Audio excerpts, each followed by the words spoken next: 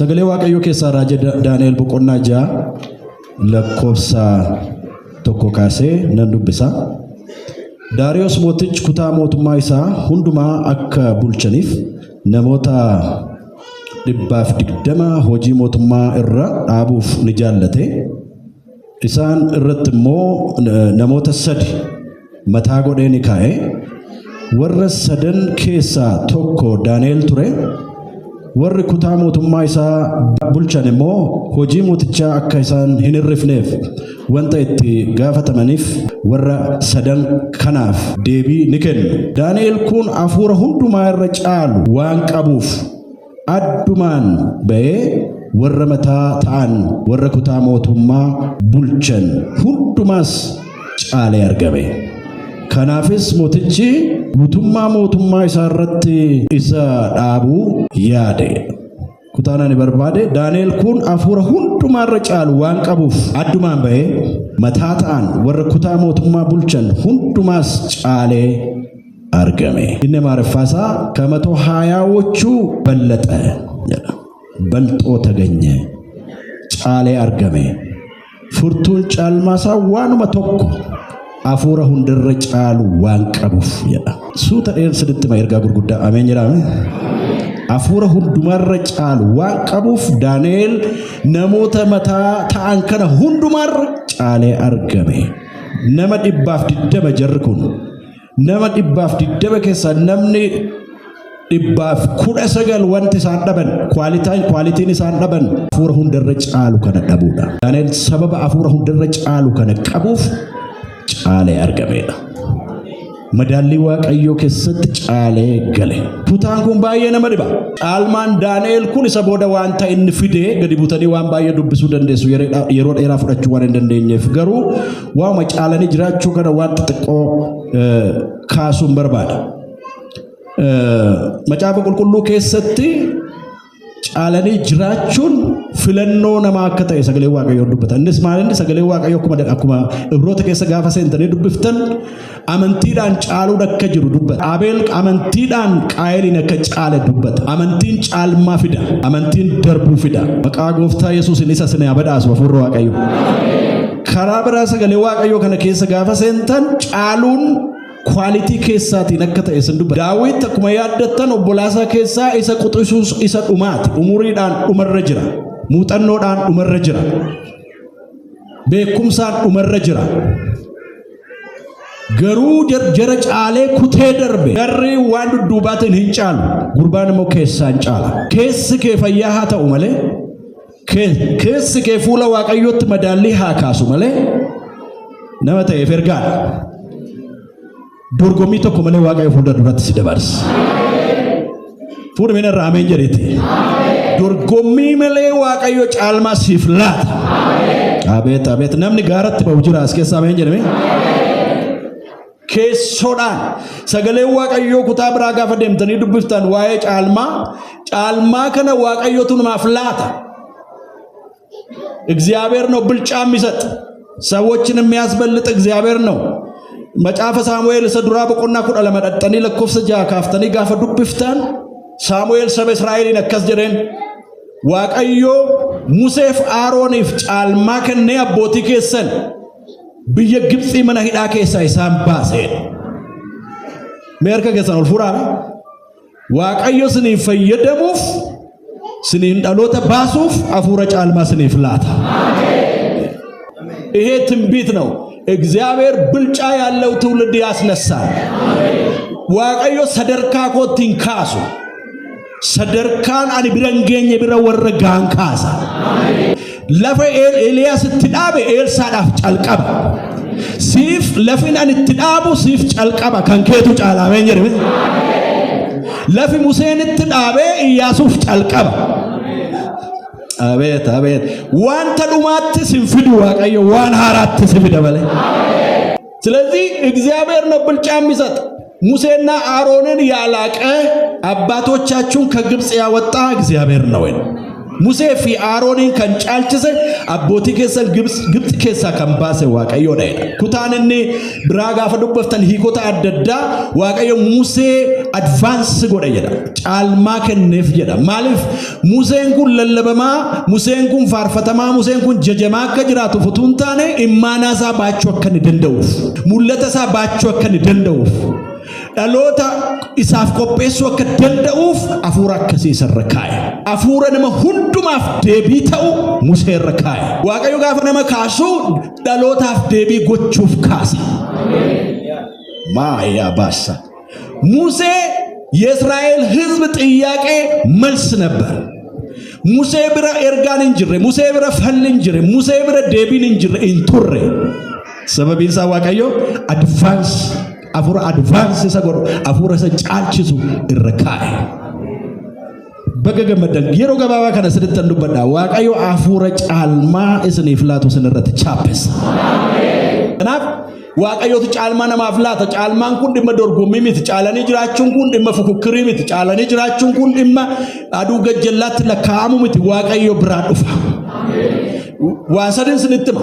Kana jalatti tokko caalanii jiraachuun kun nuuf kakuu keenya. Mee anaaf kakuudha jedhame. Caalanii jiraachuun nuuf kakuu keenya. Sagalee Waaqayyo seera keessa deebii keessatti akkas jedha. Mataa taata malee eegee hin taatu jedha. Isa qofaamit gubbaataa tamale jala intaatu wedha. Waaqayyo kakuu nuuf laate gaafoon waa ይሄ እንድንበልጥ የሚያረግ መንፈስና ጥሪ ነው እግዚአብሔር የሰጠን ለኑፍ ከኩ ከኛ ኩን ምርገ ከኛ ኩን ለምፈት ጫላኒ ጅራቹን ኩን ሆጅማተ ከኛ ኦኬን የተሰራንበት መንፈስ ነው ይሄ ዋቀዮ ጋፉ መነማ ኡሙዩ ማንጀደ ጫላ ጅራዳ ሶዳችሱን ከሰን ዋና ዱገ ጀላጅሩ ሁንዱ ማረት ያተው ሁንዱም ተስኒፋ ቢተሙ መቃ ጎፍታ ኢየሱስ አፉር ሁንዱ ማቢቱ ስራሃ ጅራት kun kakuket kun hojmata ket akka caalte jiraattuuf hojjetamte wanta hundumaan akka caalmaa godhattuuf tolfamteet wanti sinif kakatame wanti sinitti himame wanti sinitti hojjetamtan waan cimaa ta'eetu jiru isa gajjallaa kan jirtan ergaan dhufeera sagalee waaqayyo wanta sana sin qaqqabsiisuuf sagalee isaan butee sin baasa sababinsa ati kan hojjetamteef caaltee jiraachuuf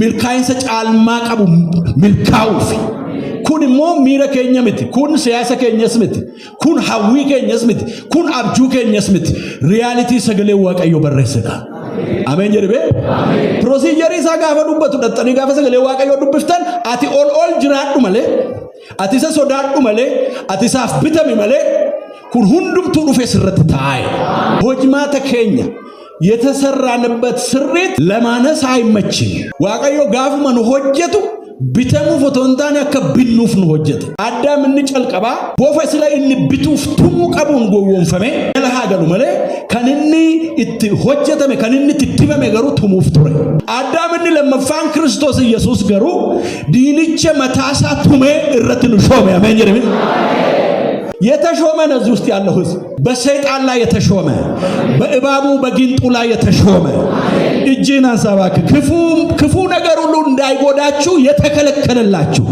ዋዲያ ማነከስን ሞኔፍስን ሚኔፍ ከንስንረት ቻፓ ጎዳምታኒ አይሰን ከናፍ ሆጅማቱ መከኘቱ ጫላኔ ጅራቹዳፍ it is the origin ኩኒ ጅሬኛ ከኛ ኦሪጂናል አዳባ ጫለ ከጅራን አሜን ተሪ ጫለ ከጅራን procedure isa sinitmeera fokkoruudha waan ta'u miti asii ol jiraachuudhaan isaaf bitamuudhaan isaaf jiraachuudhaan gaafa olee fixanne wanti gajjallaa nuuf dhuma anaa dhufe ila waaqayyoomatu alaabaa kee ol kaasa afuura diddaasin keessa waaqayyo irraa kaase afuurri diddaa afuura akkamii seeta wanta sin madaalle gajjallaa akka xaxattanii teessaniif lak kan jedhu waaqayyo sin keessa kaa لك كنمتي كنمدال أبيت نعرفهم لك أمنمتي كنمدال لك سفر كنمتي كنمدال لك قتيل كنمتي كنمدال لك دندتي كنمتي كنمدال لك كجتن أفور ددا واقعيسون كيسكا أبيت كناف جابستي دبرت Akaman godha.